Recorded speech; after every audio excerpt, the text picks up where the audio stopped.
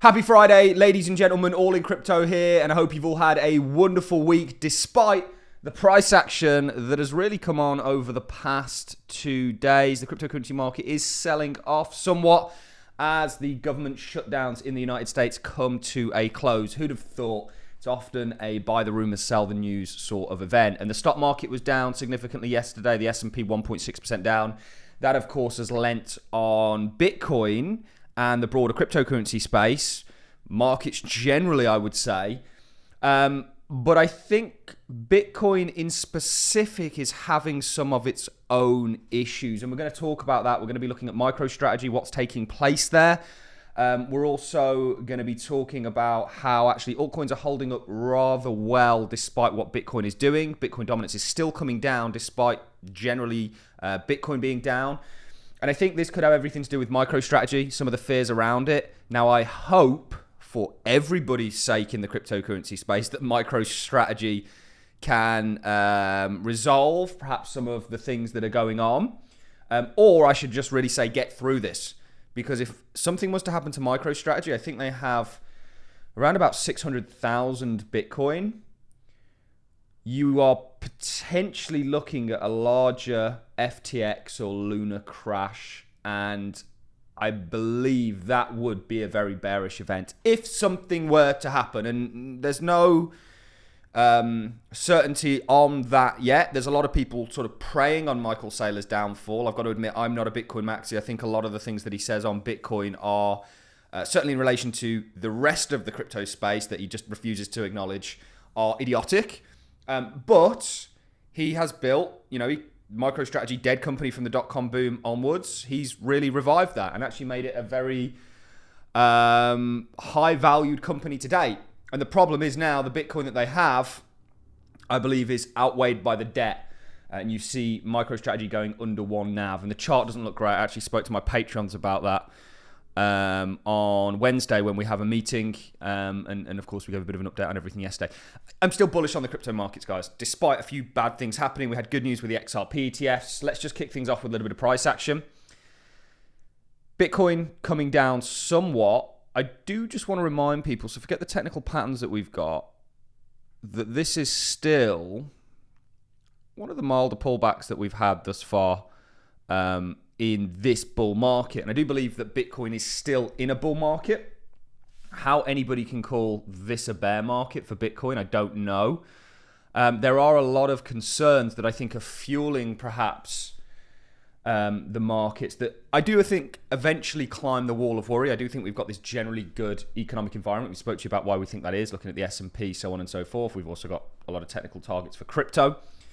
I do think the markets climb this wall of worry, but there's a lot of fears right now in regards to the top, the Bitcoin 4-year cycle. These fears are always present when it comes to the markets. Eventually, I think they get overcame. So Bitcoin selling off. Interestingly, and this is going to tie in with the news we're about to cover, more so than altcoins. You look at Ethereum. Ethereum is down 1.4% today. Bitcoin is down 2.6%. Let's take a look at some of our other favorites. HBAR 3%. Okay, it's an altcoin. You'd expect it to be down a little bit more. XRP down less, and Lumen's down significantly less. Link down less. ADA down less. Algo's somewhat down more. But altcoins are actually holding up relatively well. Shiba Inu's down less than Bitcoin. Sol down less than Bitcoin. In the face of Bitcoin, which perhaps leads me to believe that this is an internal issue. And we are looking at downside for BTC DOM, which we think sort of signals a bull market more broadly for everything, not just crypto internally. There is an interesting thing that I'm sort of toying with as an idea that maybe it could signal the implosion of MicroStrategy and that alt's hold up well compared to Bitcoin. I would like for that not to be the case. I'd like for our scenario 1 to be the case. But there is a lot of sort of concerns with MicroStrategy at the moment. I still think that Bitcoin, this is what we've been looking at. We spoke about this actually last week about how this sort of wedge could form on Bitcoin in regards to this pullback. I'll dive down the timeframes. We have now, you can see we had our 2 scenarios. We thought it could have corrected here. That's clearly not taken place. Or come down to here. We had all this drawn on last week. It's done that. Does it find its feet and complete a kind of 3 impulsive falling wedge? Running very quickly back to all-time highs, your 128k range towards the end of the year. Potentially, I am expecting still a bullish year end. And we also looked at Ethereum having a similar thing. This was the draw that we had on, and you can see where we've came to. We're bouncing. You know, this could be a falling wedge that you eventually sort of pop out of, and we see a real explosive move to the upside. And this MicroStrategy stuff on the back end of that I'm about to now show you gets kind of quietened, as it were. So something I'm watching on the smaller time frames. I think bigger time frames, I just couldn't be more. We get to interview people every day in the crypto space. I couldn't be more bullish, guys. And we are unpopular at the moment for being bullish when the prices are going down. But we're not here for weekly price action, daily price action. We're here for the bigger trends. We want to capture the big moves, and we've shown you plenty of times that actually this is the reality of being an altcoin investor. Anybody that tells you different doesn't know what they're talking about. This is a fact. You want to invest in altcoins, you have to deal with that volatility. And some people can't, and I understand that. You know, my own portfolio, you can imagine the kind of swings that we're seeing, even on relatively mild days like the past 2 days have been, but the emotions and sentiments around the cryptocurrency space are so over-exaggerated. Even on X, I'm seeing people I respect kind of lashing out at one another and looking to throw, insults at one another on X, because there's obviously a lot of internal frustration that's been put on them by the kind of audience out there.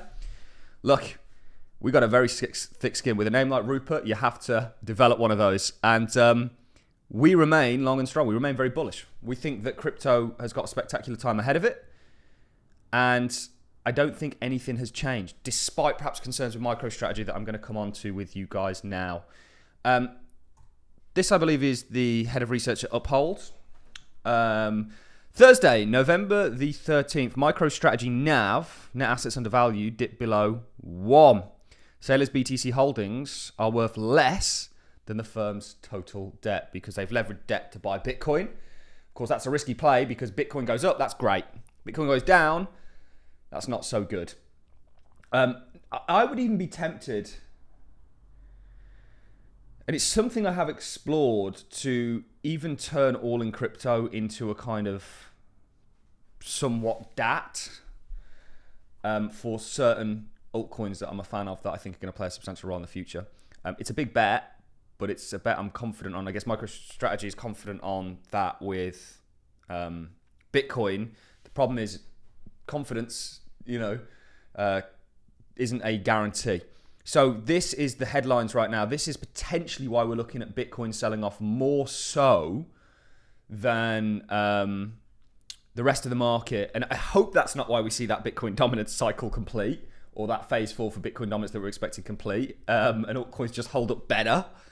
But this is something to watch. And just to remind people, here's an old headline from Michael Saylor.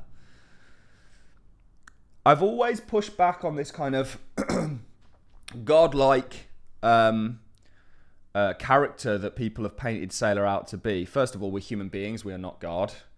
And to even think that is pitiful, really. I think a lot of the arguments that he makes are idiotic, personally, in terms of, every other coin just basically being not even worth looking into, even though they're going to fundamentally change the world in many ways, potentially attract a lot more value than Bitcoin. I think he's right on Bitcoin being special. I think the Bitcoin maxis get one thing right, that Bitcoin is special. It's its own thing. But what they try and do is say, okay, well, that's not a better Bitcoin. That's not a better Bitcoin. It's not trying to be Bitcoin. These other coins aren't trying to be Bitcoin. They're trying to use the underlying technology to solve real world issues, potentially worth more money than the entire Bitcoin network. You talk about the derivatives market and all this sort of stuff, currency markets, etc., etc. But Michael Saylor has been caught up in things before. Let's just continue on this. This is why Bitcoin is new king. For the first time ever, MicroStrategy has gone below 1 NAV, meaning that Saylor's BTC holdings are worth less than their total debt. Traders are front-running the death spiral of MicroStrategy and its eventual BTC forced selling. Here's another one. Saylor spent $27 billion US in the past year on buying Bitcoin. That's about $1.5 billion US a week. And the price didn't move. Basically, none of these purchases have made any relevant returns and are either break even or down bad. That's quite incredible to think about. He could have invested in anything else and made good money for his shareholders, but instead he is burning through their cash and can't get out of the position. Absolute SHIT show. Look, I'll give a little pushback on this. I think, yeah, that's the case. But Bitcoin isn't an overnight trade. It's something that has proven to go up against the fiat systems because it came about to combat them, or not in replacement of them, maybe initially, but that narrative was hijacked by the Bitcoin maxis themselves, unfortunately. Roger Ver's got a great book on it. And shout out to Roger. I hope everything that he's going through legally gets resolved. We might get some free Roger t-shirts ready to wear on the show, but because I think he's a brilliant man. I do think that, look, Michael Saylor, MicroStrategy, can be very right if Bitcoin starts to get to these higher valuations, and then they look like kings again up until there's a bit of hard time and everybody looks for somebody to blame. But there's definitely a bit of front running here. This chart does look like shit, and there's no way other than for me to say that. It's kind of very toppy in regards to what we've previously seen. The way that this fixes itself is by fixing itself and actually getting a very strong bid under Bitcoin that you may get into the back end of the year if that falling wedge plays out, and then it will resolve itself. What we were maybe looking at here hasn't flown for me. I ultimately think that this doesn't look great. There's some fundamental news behind it. You're seeing Bitcoin react as a result of this. There are rumors. This is just Twitter. If you type in MicroStrategy, X is the best place for information, by the way, because there's so many great people on there. The sad thing is it's becoming like Instagram. Why everybody wants to show off their lives to people, perhaps shows a hole in their lives, but you can't blame people. I think the internet's amazing. I think having this sort of portal into the global world is why it's so addictive. Anyway, so you type this in MicroStrategy, Bitcoin drops below 100k amid debunked MicroStrategy liquidation rumors. So lots of people talking about MicroStrategy selling. I don't think this is 100% the case. I do think, though, that MicroStrategy stock doesn't look great, and we're going to watch this story unfold, because if there was to be an issue with MicroStrategy and their Bitcoin holdings came into question, yeah, it's interesting, isn't it? That being said, I do think you're going to get a bit of a bid here for MicroStrategy in and around here for sure. I'd watch these sort of key levels. It might just be a dead cat bounce. We shall see. This is a situation to watch, though, guys, and I think this is why your markets are sort of not doing too well. Certainly why Bitcoin is selling off more than the altcoins, and why Bitcoin dominance is actually going down despite everything. Let's come on to a little bit of good news, and that is the XRP ETFs. They smashed records. They didn't smash records. They were the biggest ETF launch this year. Looks like XRPC from Canary Funds has the largest one-day volume so far for ETF launches in 2025. Squeezed by BSouls, 57 million. Doing it on a down day like today is also pretty impressive. So the hype isn't there. 58.6 million. This was, I think, corrected potentially to 59. So 59.1 million. And of course, you this would have been seed invested. So adding that, you'll have 245 million in net flows. The topic of the day just isn't crypto, I'm afraid, right now. That's the truth. But this is a real step in the right direction. One can only but imagine. You see that Bitcoin did spectacularly, and so did Ethereum, but really they did on their BlackRock products. Of course, BlackRock hasn't filed for any altcoins outside of Ethereum. Will they eventually? I think it's potentially likely. But don't worry, guys. We've got you covered on a daily basis in regards to all of this stuff taking place. We're looking for the falling wedges on the smaller time frames. We're going to keep you updated on the MicroStrategy and Saylor thing. I am rooting, believe it or not, for Saylor, and I'm rooting for MicroStrategy, because I think what people don't realize, maybe they don't hold any crypto and they're not in this industry at all, and they're just a speculator and don't mind watching some fireworks. But if something was to happen to MicroStrategy, I think you'd be looking at a worse event potentially than Luna, than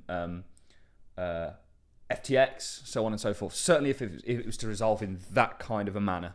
And, I'm definitely rooting for Saylor and hoping that he pulls through for my own sake. And hopefully that's not the kind of Bitcoin dominance phase 4 downside where alts do better against it that we're looking at, is everything goes down, but Bitcoin, because of internal issues, just goes down significantly more. Hopefully that's not the case, and all these things that we're looking at are still to come to pass, and we do believe that's the case. We remain bullish. It's not very popular to be bullish when the price is selling off, but we're not here for short-term price action. We're here to make life-changing money. We've done it twice before. I believe we're still going to do it this time, and I actually genuinely believe a few cryptocurrencies, if they can be traded right or invested in right, and I think the opportunity is here, there's a life-changing opportunity there. And not everybody's going to see that. Michael Burry, who just recently wound down his fund, he was laughed at for a long time and actually basically eating losses in regards to, or on the lead up to 2008. And then he was eventually right and everybody's hero. And people are... sheep in many regards. They'll follow the herd, what's popular, what they can say, and then, all of a sudden something swings the other way and they'll change very quickly in regards to the flavor of the day.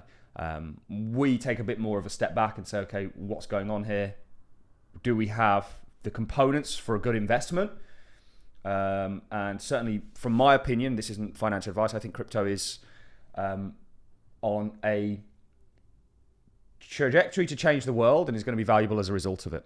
And they're going to become kind of global commodities. Anyway, I've rambled on for long enough now. Let me know your thoughts in the comment section, guys. I'm going to love and leave you. Have a fantastic Friday. Keep your chins up, and I'll see you all in the next one.